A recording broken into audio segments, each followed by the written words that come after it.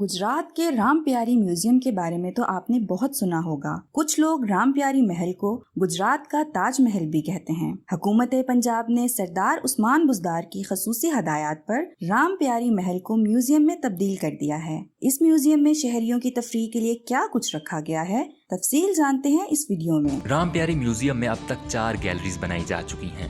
اب چلتے ہیں میوزیم میں بنائی گئی پہلی گیلری مہر گڑھ اور وادی سندھ کی عکاس گیلری میں۔ مہر گڑھ ضلع سبی میں واقع ہے، جو آج سے 7000 سال قبل از مسیح کا شہر ہے۔ یہ پاکستان میں جدید پتھر کے زمانے کی قدیم ترین آبادی کا مقام ہے، جہاں سے گندم اور جو کی کاشت کے علاوہ مویشیوں، بھیڑوں اور بکریوں کو انسانی تاریخ میں پہلی مرتبہ پالتو جانوروں کے طور پر کام میں لانے کے شواہد ملے ہیں۔ مہر گڑھ ایک پیش رو کی حیثیت سے وادی سندھ کی تہذیب کی آبادیوں کے ایک ترتیب بار سلسلے کی نشاندہی کرتا ہے، جو 7000 سے 1500 قبل از مسیح کے دوران وجود میں آتی رہی ہیں۔ رام پیاری میوزیم میں وادی سندھ گیلری میں رکھے گئے وزن کے باٹ اس امر کے عکاس ہیں کہ یہاں زمانہ قدیم میں اوزان کا نظام رائج تھا۔ یہ باٹ نہایت متناسب طریقے سے ایک منفرد اصول کے تحت مرتب کیے گئے ہیں۔ رام پیاری میوزیم کی وادی سندھ کی تہذیب کی عکاس گیلری میں رکھی گئی زیادہ تر مورتیاں مٹی سے بنی ہیں۔ خیال کیا جاتا ہے کہ زمانہ قدیم میں ان مورتیوں کو گھروں میں رکھا جاتا تھا اور دیوی کی حیثیت سے ان کی پوجا کی جاتی تھی۔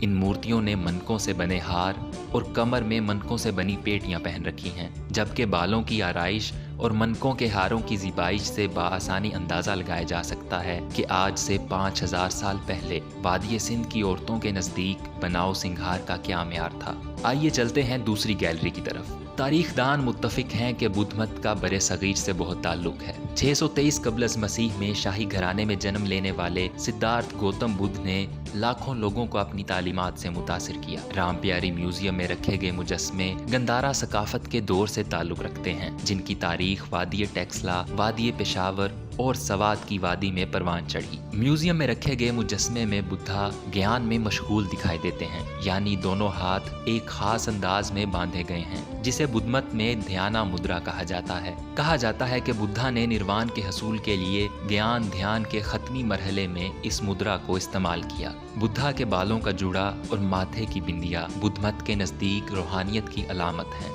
رام پیاری میوزیم کی تیسری اور چوتھی گیلری میں رکھی گئی اشیاء کا تعلق 19ویں صدی کے وسط سے ہے۔